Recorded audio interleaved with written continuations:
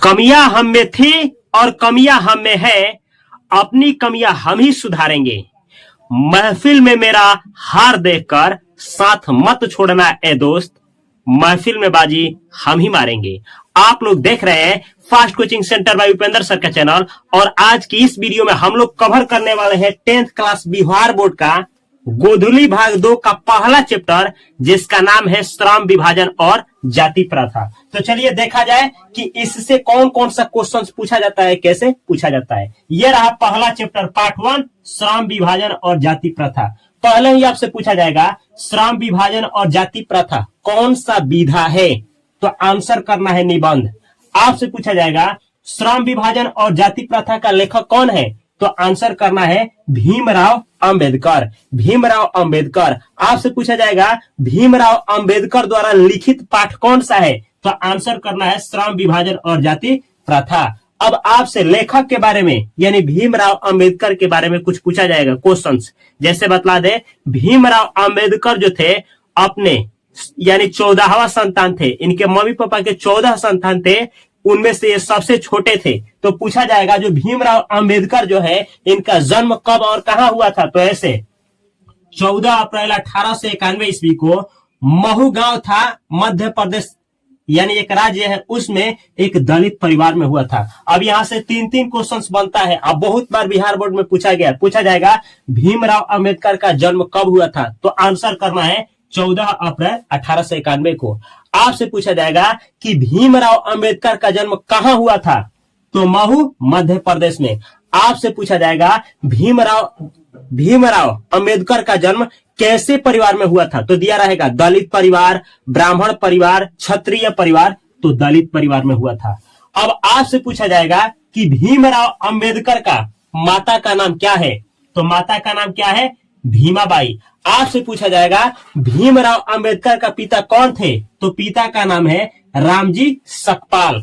अब देखिए इनका ना 2 शादी हुआ था, तो पत्नी से भी क्वेश्चन पूछा जाता है। आपसे पूछा जाएगा कि भीमराव अंबेडकर की पत्नी कौन थी, तो ये देखिए इनका 2 शादी हुआ है। तो पहला शादी हुआ था किन से, रामाबाई अंबेडकर से, जिनसे कब विवाह हुआ था, 1906 ईस्वी में। जब यह मर गई तो दूसरा विवाह हुआ किन से, साहिबबाई अंबेडकर। साहिबबाई अंबेडकर से विवाह हुआ, कब हुआ, 1948 ईस्वी में। तो अधिकतर केस में पत्नी से कम सवाल पूछा जाता है, लेकिन इस लाइन से और माता पिता से सवाल अभी तक पूछा गया है। अब आपसे पूछा जाएगा जो कि हर एक साल बहुत बार रिपीट किया गया है, इस क्वेश्चन को पूछा जाता है भीमराव अंबेडकर के जीवन में वह कौन 3 व्यक्ति थे जो प्रेरक के काम किए, यानी जिनके प्रेरणा से ये जीवन में आगे बढ़े। तो ये हैं जीवन को प्रेरित करने वाले व्यक्ति रहे हैं कौन, बुद्ध, कबीर और ज्योतिबा फुले।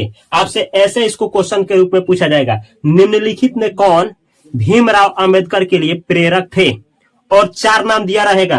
तो थे में ये तीनों थे, कौन थे, बुद्ध, कबीर, ज्योतिबा फुले थे। इनको छोड़ करके कोई नाम दिया रहेगा तो वो लोग इनके इंस्पिरेशन यानी प्रेरणा नहीं रहे हैं। अब आपसे पूछा जाएगा इनसे जुड़ा हुआ क्वेश्चन ऐसे कुछ उपाधियां है। उपाधियां का मतलब क्या, ये जो भीमराव अंबेडकर है ना, इनको अन्य नामों से भी जाना जाता है। उपाधि का मतलब होता है अलग नाम से जानना। तो आपसे पूछा जाएगा कि भीमराव अंबेडकर को और किन नामों से जाना जाता है। ऑप्शन में दिया रहेगा संविधान निर्माता। तो ऐसे क्वेश्चन पूछा जाएगा संविधान निर्माता किन्हें माना जाता है या किन्हें कहा जाता है, तो किन्हें कहा जाता है संविधान निर्माता, भीमराव अंबेडकर को। यह पूछेगा भीमराव अंबेडकर को क्या कहा जाता है, तो संविधान निर्माता। दूसरा, बाबा साहेब के नाम से किन्हें जाना जाता है, तो भीमराव अंबेडकर को। या भीमराव अंबेडकर को किस नाम से जाना जाता है, बाबा साहेब के नाम से जाना जाता है। आपसे पूछा जाएगा संविधान का जनक किसे कहा जाता है, तो भीमराव अंबेडकर को। या भीमराव अंबेडकर को क्या कहा जाता है, तो संविधान का जनक। आपसे पूछा जाएगा मानव मुक्ति के पुरोधा कौन थे, तो आप कहेंगे भीमराव अंबेडकर। या आपको दिया जाएगा कि भीमराव अंबेडकर को क्या माना जाता है, तो मानव मुक्ति के पुरोधा। इसको कई बार एग्जाम में पूछा गया है, याद रखिएगा। अब ये तो रहा क्वेश्चंस, आगे भी कुछ क्वेश्चंस है। देखिए कहा जाता है ना कि प्राथमिक विद्यालय से क्या किए, शिक्षा प्राप्त किए, और आगे की पढ़ाई के लिए कहाँ गए थे, तो गए थे न्यूयॉर्क और लंदन। एक बड़ौदा नरेश करके व्यक्ति थे, उन्हीं के प्रोत्साहन पे, इंस्पिरेशन पे, जो कि यहाँ लिखे है। देखिए पूछा जाएगा पढ़ने के लिए प्राथमिक शिक्षा के बाद बड़ौदा नरेश के प्रोत्साहन पर उच्चतर शिक्षा के लिए न्यूयॉर्क अमेरिका, देखिए न्यूयॉर्क अमेरिका, और फिर वहां से कहां गए, लंदन इंग्लैंड। तो आपसे पूछा जाएगा कि भीमराव अंबेडकर उच्चतर शिक्षा प्राप्त करने के लिए कहां गए थे, तो आंसर में क्या दिया रहेगा, न्यूयॉर्क अमेरिका, तो टिक लगाना है। ये नहीं दिया रहेगा तो लंदन इंग्लैंड, इसको टिक लगाना है। अब आपसे पूछा जाता है कि भीमराव अंबेडकर प्राथमिक शिक्षा के बाद उच्चतर शिक्षा के लिए न्यूयॉर्क या लंदन गए, किनके उत्साहन पर, किसके प्रोत्साहन पर, तो किसके प्रोत्साहन पे, बड़ौदा नरेश के प्रोत्साहन पर। यहां से ऑब्जेक्टिव ही क्वेश्चन पूछा जाता है लेखक परिचय से, सब्जेक्टिव नहीं। अब कुछ है रचना, देखिए यह रचना है, रचना का मतलब कृतियां है, कुछ भीमराव अंबेडकर द्वारा लिखित रचनाएं और कृतियां है, जिसमें से एक तो हर एक साल या बहुत बार रिपीट किया जाता है। आपसे पूछा जाएगा अच्छा ये जाति प्रथा के ऊपर लिखे हैं, तो जात पात से जो भी आएगा, कास्ट से संबंधित जो भी किताब आएगा यही लिखे हैं। आपसे पूछा जाएगा the caste in India their mechanism, पुस्तक का लेखक कौन है, तो आंसर करना है भीमराव अंबेडकर। आपसे पूछा जाएगा जेनेसिस एंड डेवलपमेंट का लेखक कौन है, तो आंसर करना है भीमराव अंबेडकर। आपसे पूछा जाएगा हु आर सुधराज का लेखक कौन है, तो आंसर करना है भीमराव अंबेडकर। आपसे पूछा जाएगा द अनटचेबल्स का लेखक कौन है, तो आंसर करना है भीमराव अंबेडकर।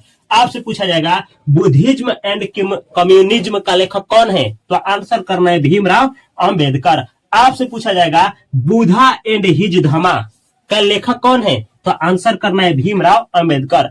अब सबसे जो ज्यादा पूछा जाता है वो ये रहा, आपसे पूछा जाएगा annihilation of caste. Annihilation of caste का हिंदी होता है जाति भेद का उच्छेद। तो आपसे ये पूछा जाएगा एनिहिलेशन ऑफ कास्ट का लेखक कौन है, भीमराव अंबेडकर। आपसे पूछा जाएगा जाति भेद का उच्छेद का लेखक कौन है, भीमराव अंबेडकर। अब आपको बतला दे जो ये एनिहिलेशन ऑफ कास्ट है, कहा जाता है कि 1936 में लाहौर में ना एक सम्मेलन होने वाला था। जो सम्मेलन किस चीज के ऊपर था, तो जाति पाति तुड़क मंडल के ऊपर होने वाला था। तो ये ना एक भाषण तैयार किए थे, अंग्रेजी में एक भाषण तैयार किए थे कि लाहौर का 1936 का अधिनिवेशन में ना जो जाति पाति तुड़क मंडल सम्मेलन है उसमें मैं क्या करूंगा, भाषण दूंगा। कौन तैयार किए थे, तो भीमराव अंबेडकर। लेकिन किसी कारणवश 1936 का जो लाहौर सम्मेलन था उसको रद्द कर दिया गया और ये जो तैयार किए थे एनिहिलेशन ऑफ कास्ट अंग्रेजी में भाषण, वो नहीं दे पाए। तो इसी भाषण को एनिहिलेशन ऑफ कास्ट, जिसका हिंदी होता है जाति भेद का उच्छेद, जो अंग्रेजी में तैयार किए थे, इसी को हिंदी में रूपांतरित किए। कौन किए, तो ललाई सिंह यादव। और वही जो हिंदी में तैयार किया गया ललाई सिंह यादव के द्वारा, उसी को ये पाठ का नाम रखा गया श्रम विभाजन और जाति प्रथा, और नाम दिया गया निबंध, यानी निबंध हो गया। पहले यह भाषण था, क्या था, एनिहिलेशन ऑफ कास्ट। क्या है, भाषण है, अंग्रेजी में भाषण। किनके द्वारा लिखित, तो भीमराव अंबेडकर के द्वारा। इसी का हिंदी नाम क्या है, जाति भेद का उच्छेद। तो अब ऐसे क्वेश्चन पूछा जाएगा श्रम विभाजन और जाति प्रथा पाठ कहां से उद्धृत है, कहां से संकलित है, कहां से लिया गया है, तो ऐसे करेंगे एनिहिलेशन ऑफ कास्ट से। अगर ये ऑप्शन में नहीं रहेगा तो ये मानना है जाति भेद का उच्छेद। ओके, अब आपसे पूछा जाएगा कि एनिहिलेशन ऑफ कास्ट का हिंदी अनुवादक कौन है, यानी कौन इसको हिंदी में अनुवाद किए हैं, तो ललाई सिंह यादव, जो कि यहाँ लिखे हैं। देखिए जाति पाति तुड़क मंडल लाहौर में होने वाला था और किस अधिनिवेशन में, 1936 में होने के लिए इसको तैयार किया गया था और इसी का हिंदी अनुवाद किया है कौन, ललाई सिंह यादव। तो याद रखना है। अब आपसे कुछ क्वेश्चंस पूछा जाएगा ऐसे, ये इनका जो है ना संपूर्ण वांग्मय जो है, कहा जाता है कि इन्होंने कुछ वांग्मय तैयार किया है जिसको भारत सरकार जो है बाबा साहब अंबेडकर संपूर्ण वांग्मय के नाम से क्या किया है, 21 खंड में प्रकाशित किया है। इसको कई बार एग्जाम में पूछा गया है कि बाबा साहब का वांग्मय जो है भारत सरकार कितने खंडों में प्रकाशित किया है, तो 21 खंडों में प्रकाशित किया है। अब देखा जाए कि अब आपसे पूछा जाएगा कि भीमराव अंबेडकर का मृत्यु यानी निधन कब हुआ, तो आंसर करेंगे, यहां लिखना है 1 दिसंबर 1956 ईस्वी को। कहां हुआ था, दिल्ली में। तो ये रहा एक छोटा सा पार्ट। अब चलिए चला जाए इस चैप्टर के अंदर। जैसे कि चैप्टर के नाम से ही पता चल जाता है, श्रम विभाजन और जाति प्रथा, यानी इस चैप्टर के अंदर क्या बतलाए होंगे लेखक, इस चैप्टर के अंदर बतलाए कि देखिए अपना जो समाज है ना, विभिन्न तरह के यहाँ जाति या निवास करती है। जैसे यहाँ पे कई तरह के धर्म के लोग, हिंदू, मुस्लिम, सिख, ईसाई, ऐसे ही यहाँ पे कई तरह का जाति है, जैसे बीन, चमार, मलाह, कई तरह की जातियां हैं। तो जाति होना तो अच्छी बात है, लेकिन लेखक बतलाते हैं कि ना, जाति के आधार पे काम को बांट देना ये गलत बात है, ये गलत बात है। यहाँ जाति प्रथा है। जाति प्रथा का मतलब क्या, कि ये जो जाति है ना ये काम करेगी, ये जो जाति है ना ये काम करेगा। तो ये जो जातिवाद की जो विचारधारा रखते हैं उसको बोला जाता है जातिवाद के पोषक। और यह विडंबना की बात है, अपने समाज में यह विडंबना की बात है कि ना जातिवाद के पोषकों की कमी नहीं है, यानी जातिवाद को मानने वाले लोगों की कमी नहीं है अपने समाज में।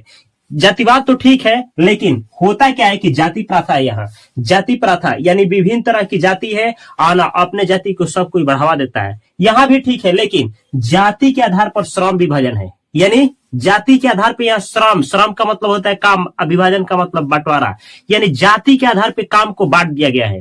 यहाँ ऐसे है कि देखिए, अगर आप बीन है ना तो मछली मारते होंगे, यानी मलाह है तो आप नाव खेते होंगे, ऐसे ही चमार है तो जूता सीते होंगे।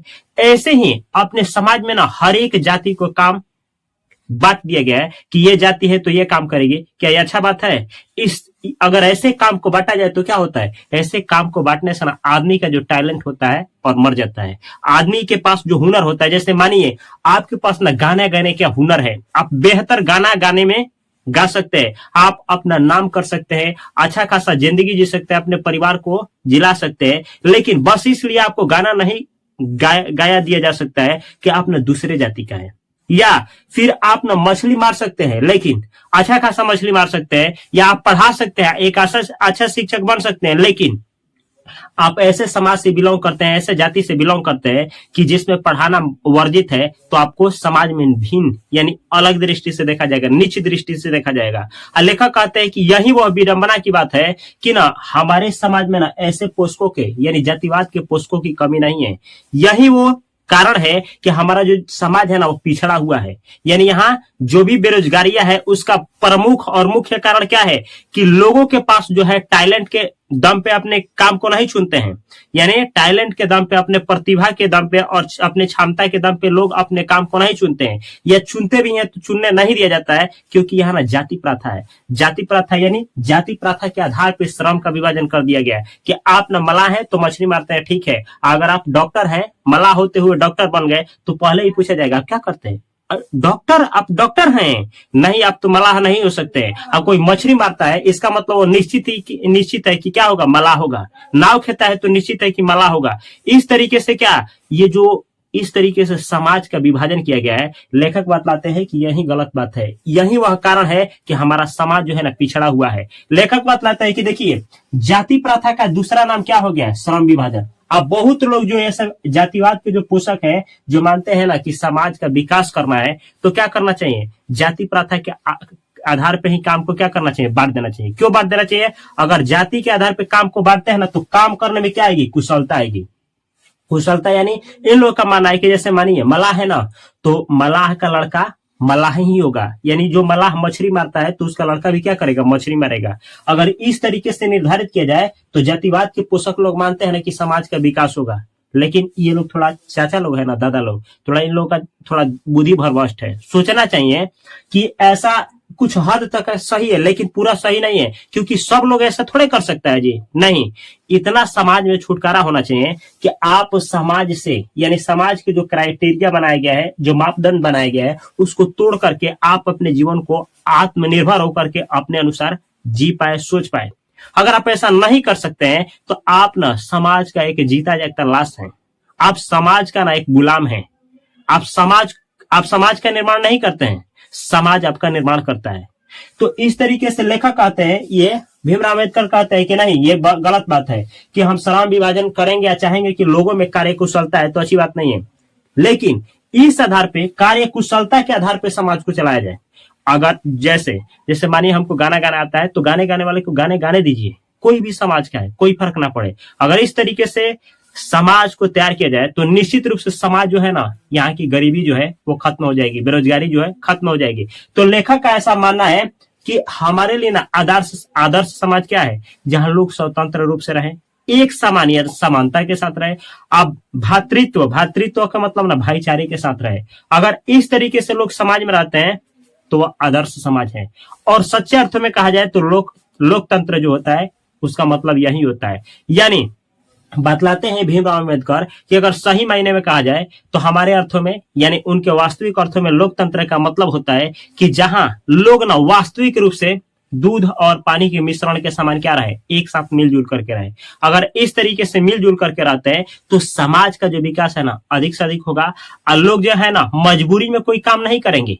देखिए मजबूरी में जब कोई व्यक्ति काम करता है ना तो अपना 100% नहीं दे पाता है, और जब 100% नहीं दे पाता है तो ना निश्चित रूप से अपने काम में फेल हो जाता है। और निश्चित रूप से जब काम में फेल हो जाता है तो वही होता है घर पे मारपीट और ना पैसे की तंगी झेलना पड़ता है। इससे समाज में बेरोजगारी बढ़ती है। जैसे मेरा ऐसा विचारधारा है कि देखिए मेरा ऐसा कहना है कि जीवन में 2 चीजें ना अपने पसंद से चुनिए। पहला, अगर आप मेल हैं तो जीवन में 2 चीजें ना अपनी पसंद से चुनिए। पहला, पत्नी। क्यों? अगर पहला पत्नी अपने आप पसंद से चुनते हैं तो पत्नी जो है ना घर के अंदर आपको प्यार करेगी या जलील करेगी। घर के अंदर प्यार या जलील कौन करेगी? पत्नी। और दूसरा, अपने काम को अपने पसंद से चुनिए। क्यों? क्योंकि घर के बाहर आपका काम ही आपसे प्यार करेगा या जलील करेगा। अगर ये दोनों आपके अपने पसंद है ना तो जलील करना भी प्यार ही लगता है। तो यह चैप्टर आप लोगों को कैसा लगा? छोटा सा चैप्टर था। इस चैनल को सब्सक्राइब करके बेल आइकन की घंटी को दबा लें और बाकी जो वीडियो है देखने के लिए यहाँ पे तैयार रहिए। इस प्लेलिस्ट में सब वीडियो है। इस चैनल को सब्सक्राइब करके बेल आइकन की घंटी को अवश्य दबाएं। ध्यान रहे उनके पास शेयर करना ना भूले। वीडियो अच्छा लगा हो तो फेसबुक पे, इंस्टाग्राम पे और व्हाट्सएप पे फास्ट कोचिंग सेंटर को ज्वाइन करना ना भूले। Thanks for watching this video.